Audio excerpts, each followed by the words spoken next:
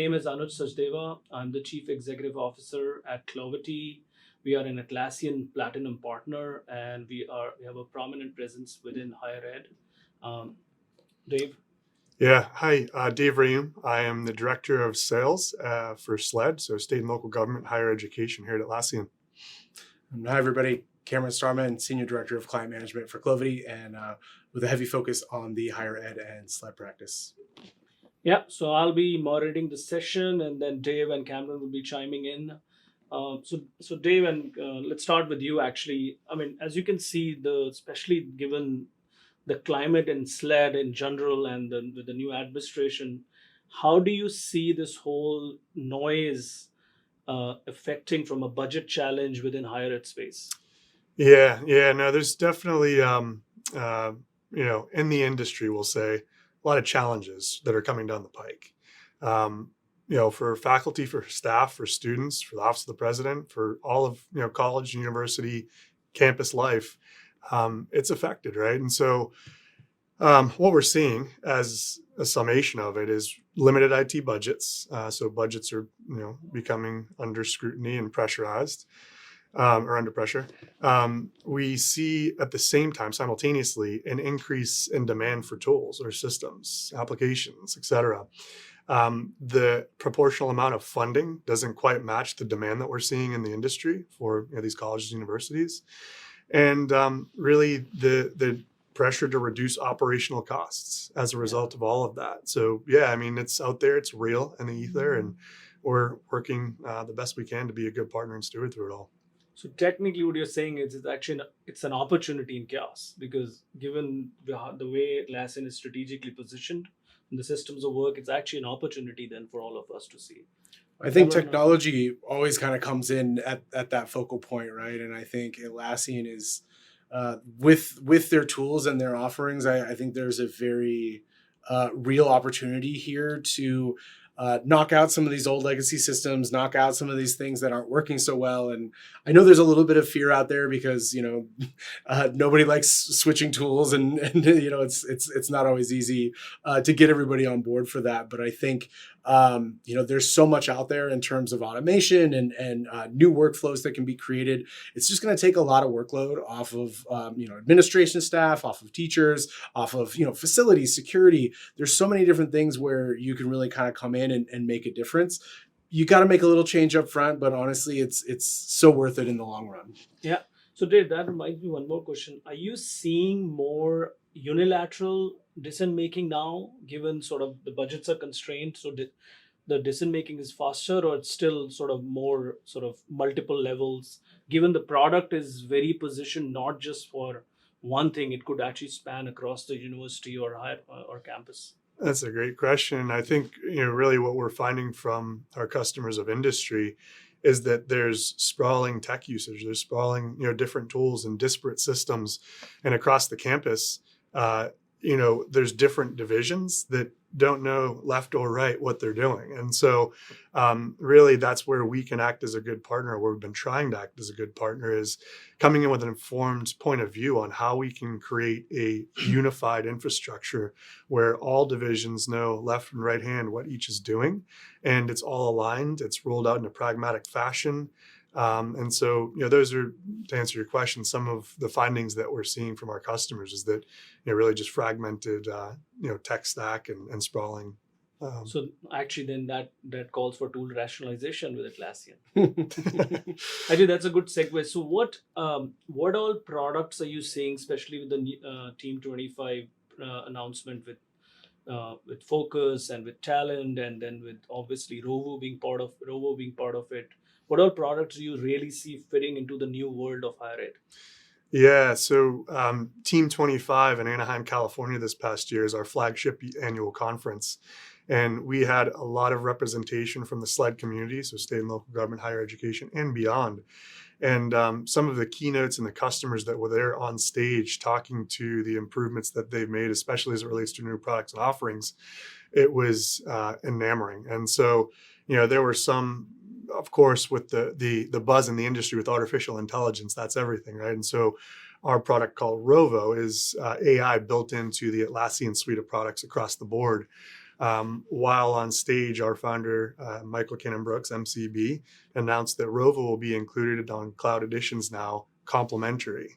And it's really to kind of help our customers continue to scale their usage, continue to gain efficiencies with the technology.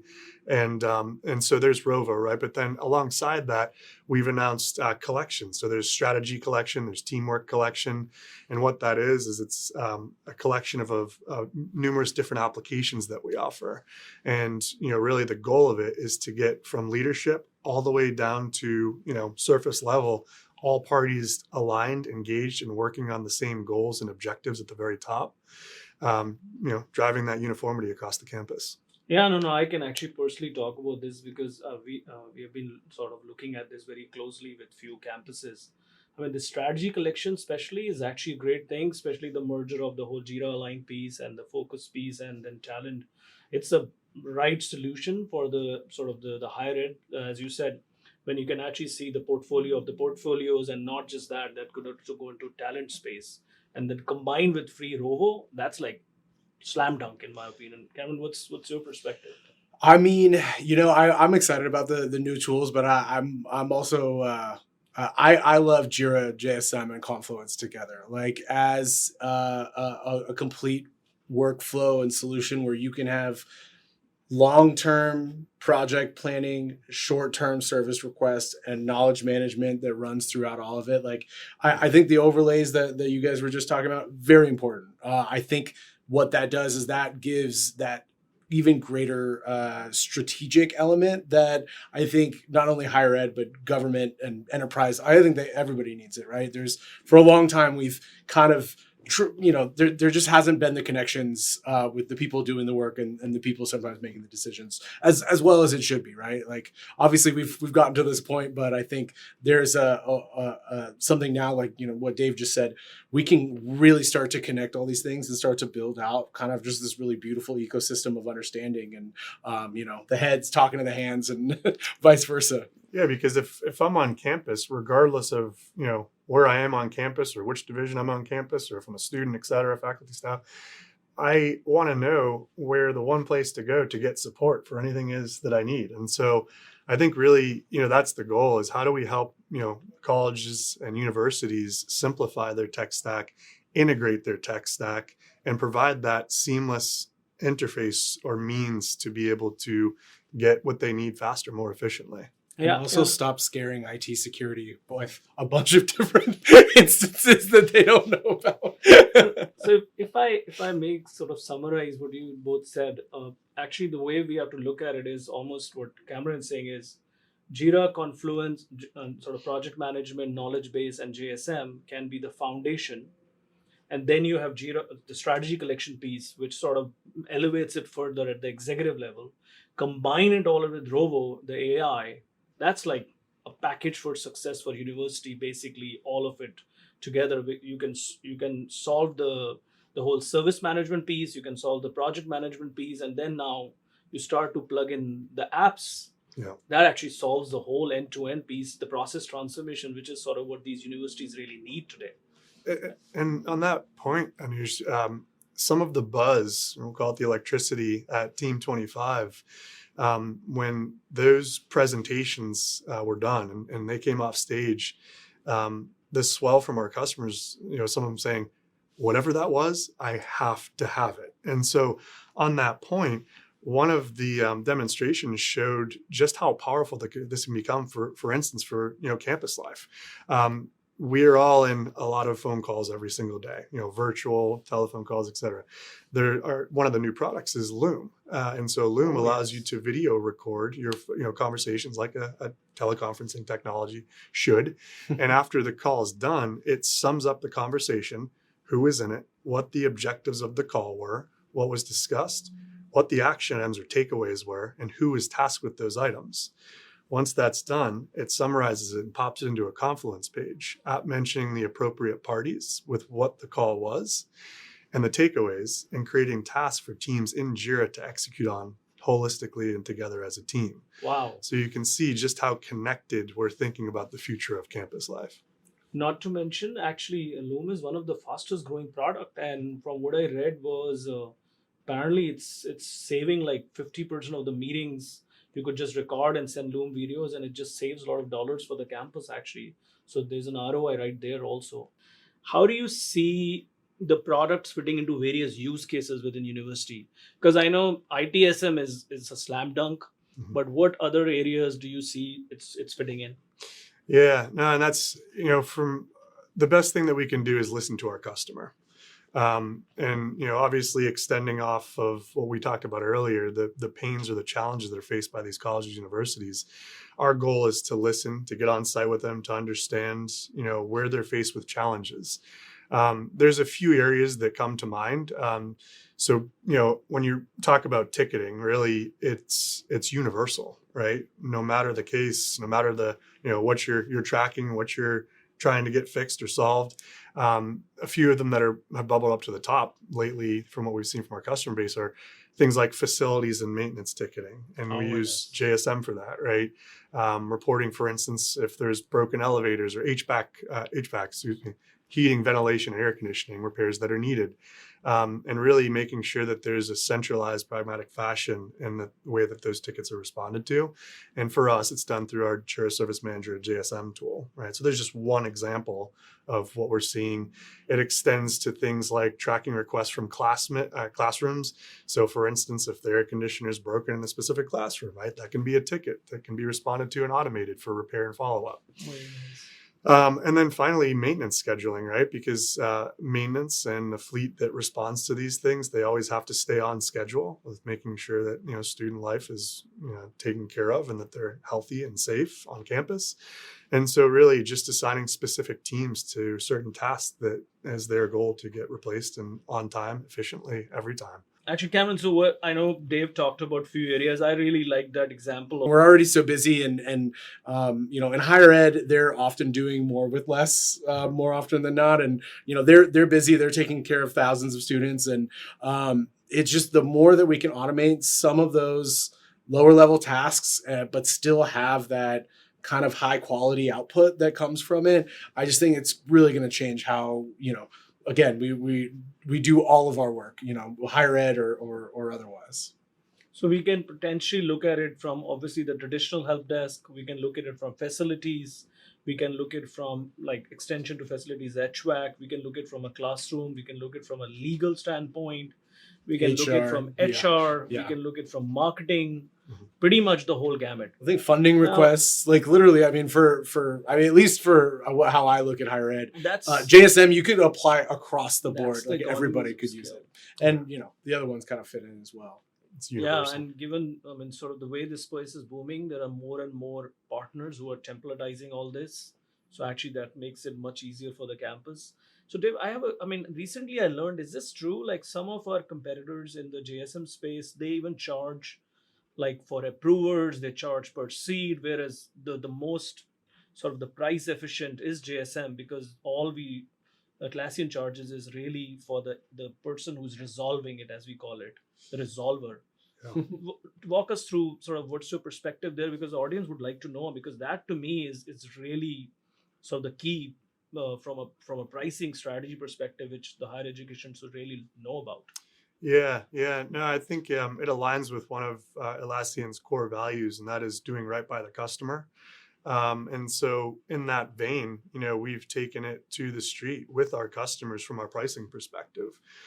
With JSM in particular, if we're talking about ITSM and even beyond ITSM, there's other, technologies out there where you start to, get a tool implemented and set up, and you start to see all these other things that it can do, or we'll call it bolt-ons that you can bolt onto the core technology. Sure. And so over time, what happens is tech sprawl, right? And you've got this big bill that you never thought from day one you were going to be faced with. Well, now you're faced with, and you've got to figure out how you come up with the budget to meet that and renew it, right? And so with us, it's about taking care of the customer, and specifically when you talk about ITSM and beyond. JSM, Jira Service Management, it's all included, right? Wow. We include it all. So, yeah. So basically, the customer is not paying for like the classroom student who's raising a request. They're only raising it for the person who's actually solving the problem, which is like the resolver. The agent. Unlike the agent, thank you. Yeah. unlike a lot of competitive products which actually do end up charging even for the person who's actually sort of literally raising the request. Yeah, yeah, that's correct. It's for the agent because we think that, if there's a user that's literally physically using the technology, that counts as a user, right? And for folks that need to use a product of the service that they offer, that they shouldn't, be charged for that. Yeah. So yeah. And Cameron, I know you briefly mentioned about the asset piece on the HVAC. So Yeah. what's your? I think that's kind of what. That's where you're reading my mind over here. I mean, yeah, I think the asset play is and again, it kind of in the same vein because a lot of competitors charge per asset, right? Which really makes you be way too strategic or kind of fine tune when you're doing your assets. But where I think the modern version that honestly Atlassian kind of has created is everything can be an asset, right? I mean, we called out elevators or HVAC, like sure, but building a new building or campus security, right? Going through these different workflows that once they're set up, you make sure that no step in that process is missed. You're following compliance. You're following the kind of rules and guidelines of the administration of your entity. And so I think the automations, it's great because it takes some of the pressure off people, but it also makes sure that all of the necessary pieces are getting done each time. I don't know, Dave, anything you'd add to there? Yeah, no, I mean, I think it extends, like we're saying, it's universal, right? Once you get it set up and implemented correctly, which takes a little bit of time, it's free rolling after that. So where you can extend it to numerous divisions, use cases, students, faculty, staff, whoever needs to use these systems and tools can have access to it, and it's rolled out, just how the rest of the university has it rolled out, so that there's no fragmented solution. And so that's key for things like, research management and lab coordination, right? For sure. Going into an example such as that to make sure that, they're, for instance, using our Confluence technology to, track research milestones and, share it more broadly with other divisions across the campus. And so things like that. So again, it goes back, if we templatize it right, it is usable across various departments. Yeah. And now actually the most important, which I know Atlassian is now strategically invested, AGC, Atlassian Gov Cloud, FedRAMP. How do you see that fitting into the higher education space? Because there is element of obviously sensitive data. There is a demand out there. We are seeing the demand. For the audience, again, if we can spend how does AGC fit in through the higher ed world? Yeah. So to Anuj's point, to your point, we rolled out AGC or Atlassian Government Cloud March of 2025. Made it generally available just after that. And so we've seen a major uptick and lots of demand coming in from it. And even within our SLED division, specifically higher education, colleges, universities, FFRDCs, so federally funded research development centers, often, pair and partner with colleges, universities. And so we're seeing it take shape in some of those efforts where they've got to be able to house sensitive data, right? In conjunction with the federal, funded research and development centers. And so as a result, they need technology, and they need technology for things like ticketing and things like, sharing and collaboration and working with their teams on tasks. And so as a result, based off of the demand that we've seen in the industry, we came up with our Atlassian Government Cloud offering to be able to get them their tools in a more secure manner. Yeah, no, it's actually very interesting, right? Because you see higher education, but then there's an element of higher education which is investing into sort of future innovation project which holds sensitive data. And that's where AGC could be a right solution for a lot of these universities and sort of higher education. Wow, that's a pretty one. Yeah, no, so I think let me sort of try to summarize. So maybe on one hand, we are saying there is sort of the element of budget constraints, but then Atlassian fits right in because of the economies of scale. It can be implemented across various departments. With right automation, then the services cost, long-term OPEX cost can be reduced. With the asset being not charged per asset, that itself is a sort of a good cost reduction. And then on top of it, with AGC, there's a whole security element which fits right in. And not to say the least, with the whole marketplace which Atlassian has, right? Then you start to extend your solution beyond even what you can fathom the core of sort of JSM or project management, then that element. That's kind of how I see the whole segment of it. I mean, what's your perspective, Cameron, on sort of? I think you kind of wrap that up nicely, and I think we've had several conversations, right, with these kind of federal. You used a cool acronym. I don't think I've heard it, but basically they're either doing lab research or something for either federal or other kind of like federal agencies, right? So we've had quite a few, and they are definitely looking at FedRAMP, and it's a lot of them right now are on DC data center, just to be clear. But I think there's a real opportunity for them to kind of take that next level up with Atlassian, with the offering of Atlassian Government Cloud, and I think their research will be propelled because of it. It's just going to give them, like you said, better collaboration. You're kind of sharing that knowledge, maybe between labs, maybe between different entities. But I think the more that we can, obviously there's sensitive data in there, but the more that we can share, the more we can collaborate, the more that each other kind of knows what they're doing within, the realms of who's supposed to know. I think that's just going to benefit us. Dave, any parting thoughts? And Yeah, no, I just, we're really excited to work within this space. It's our honor, and we owe it to our future workforce and, generations to come. And so, it's commendable the work that folks within this industry do every single day. And so it's on us to provide the tools they need to succeed. And so that's what we're here for. And we're here to partner with the colleges, universities, students, faculty, staff, office of the president, and, make it all happen for them. So, but yeah, no, I think really it's just about alignment of the organization from top to bottom, and making sure that you have the objectives set to help guide the organization forward, and underneath that, making sure that everybody's aligned, tracking on their goals, and even something such as the analytics that are baked into the platform gives them robust detail on exactly the areas they're doing great in, some areas that may need improvement based upon the data and the usage of the tools that's occurring. And so that's one of the value drivers too for the higher education segment from what we're seeing. So excited to see what's next. No, I think this is all growth, especially, and as I said, it's a great product. I should have mentioned this thing, but the other aspect which we are also seeing is not just the AGC thing, but the way this product has evolved, and now it solves like multiple use cases. That's kind of where the biggest value for the universities are going to come in, if I may say so. I think that especially, I mean, again, the consolidation and the whole end-to-end workflow. Good. Thank you. Thanks, Cameron. Thanks, Dave. Signing off from here. More to come. Thank you very much. Thanks, everybody. Thank you.